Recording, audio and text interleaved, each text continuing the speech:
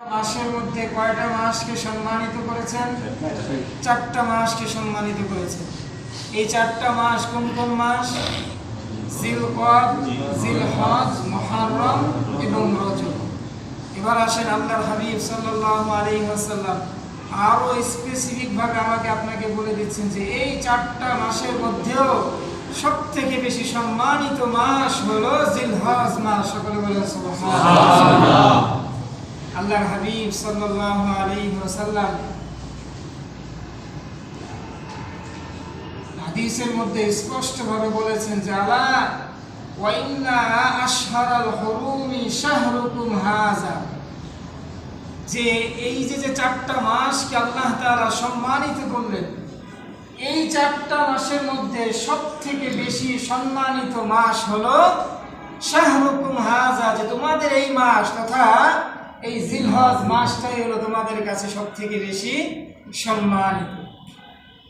সুতরাং আল্লাহ সুবহানাহু ওয়া তাআলা এই যে 12টা মাসের মধ্যে 4টা মাসকে মহিমান্বিত করলেন এবং 4টা মাসের মধ্যে সবথেকে বেশি মহিমান্বিত করলেন জিলহজ মাসকে। এবার আসেন জিলহজ মাসের মধ্যে কোন সময়টা সবথেকে বেশি মর্যাদাবান সম্মানিত, সেই কথাটা আল্লাহর হাবিব সাল্লাল্লাহু আলাইহি ওয়াসাল্লাম বলে দিচ্ছেন। প্রথমে আমরা জেনেছি যে 12টা মাসের মধ্যে 4টা মাস সম্মানিত। 4টা মাস কোন কোন মাস সেটাও আল্লাহর হাবিব জানিয়ে দিলেন।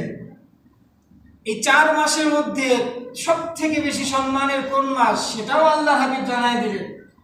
আবার যেই মাসটা সবথেকে বেশি সম্মানিত এই মাসের মধ্যে কোন সময়টা সবথেকে বেশি সম্মানিত এটাও আল্লাহর হাবিব জানিয়ে দিচ্ছেন।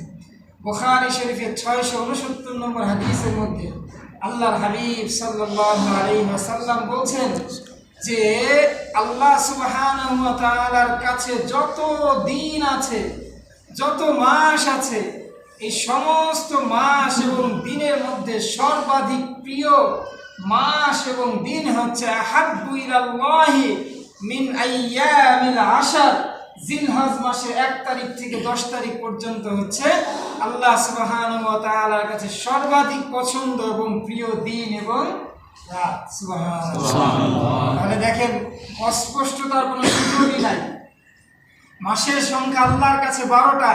ওই 12 মাসের মধ্যে আল্লাহ তাআলা মহিমান্বিত করেছেন 4 মাস। ওই 4 মাস কি আল্লাহর হাবিব সেটা জানিয়ে দিয়েছেন। আবার 4 মাসের মধ্যে কোন মাস শ্রেষ্ঠ সেটাও আল্লাহর হাবিব জানিয়ে দিয়েছেন। আবার ওই শ্রেষ্ঠ মাসের মধ্যে কোন সময়টা শ্রেষ্ঠ সেটাও আল্লাহর হাবিব সাল্লাল্লাহু আলাইহি ওয়াসাল্লাম জানিয়ে দিয়েছেন। তাহলে এই মাসের মহিমান্বিত, এই মাসের শ্রেষ্ঠত্ব বোঝাটা আমার আপনার জন্য কি স্পষ্ট হয়ে গেল না অস্পষ্ট হয়ে গেল বলেন তো? তাহলে আপনি সবাই বুঝতে পারছি যে অন্যান্য মাস যেইভাবে আমাকে আপনাকে চলার দরকার, অন্যান্য মাসে যেইভাবে আমার আপনার ইবাদত বন্দেগী করার দরকার, অন্যান্য মাসে যেইভাবে আমার আপনার আমল আখলাক করা দরকার, অন্যান্য মাসের তুলনায় জিলহজ মাসে আমার আপনার ইবাদত বন্দেগী এবং আমল অন্যান্য মাসের তুলনায় আরো কম করতে হবে নাকি বাড়িয়ে দিতে হবে বলেন? আরো বাড়িয়ে দিতে হবে। কারণ আল্লাহ সুবহানাহু ওয়া তাআলার কাছে এই মাসটা অন্যান্য মাসের মতো নয়, এই মাসটা অন্য মাসের থেকে অনেক শ্রেষ্ঠ। এজন্যই আল্লাহ তাআলা এই মাসের শ্রেষ্ঠের ব্যাপারে কসম করে আল্লাহ তাআলা সূরা ফজরের মধ্যে বলছেন ওয়াল ফাজরি ওয়া লায়ালিন আশর ওয়াশ-শাফঈ ওয়াল ওয়াতরি ওয়াল লাইলি ইযা ইয়াসর। আল্লাহ সুবহানাহু ওয়া তাআলা বলছেন যে শপথ, ওয়াল ফজর, ফজর মানে হচ্ছে প্রত্যুষ সকাল।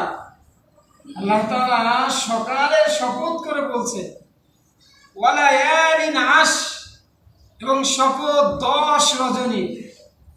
এখন এই 10 রজনীটা কি এ ব্যাপারে হযরত আব্দুল্লাহ ইবনে মাসউদ রাদিয়াল্লাহু তাআলা আনহু এবং বিখ্যাত মুফাসসির আল্লামা ইমাম মুজাহিদ রাহমাতুল্লাহি আলাইহি এবং ইবনে কাসির রাহমাতুল্লাহি আলাইহি সহ সকলেই বলেছেন আল্লাহ তাআলা যেখানে 10 রাতের শপথ করেছেন, এই 10 রাত দ্বারা উদ্দেশ্য হলো জিলহজ মাসের প্রথম 10 রজনী। সুবহানাল্লাহ। সুতরাং এই জিলহজ মাসের প্রথম 10 রজনী আমি আপনি কিভাবে কাটাতে পারি এটা আমার আপনার জন্য জানা দরকার না?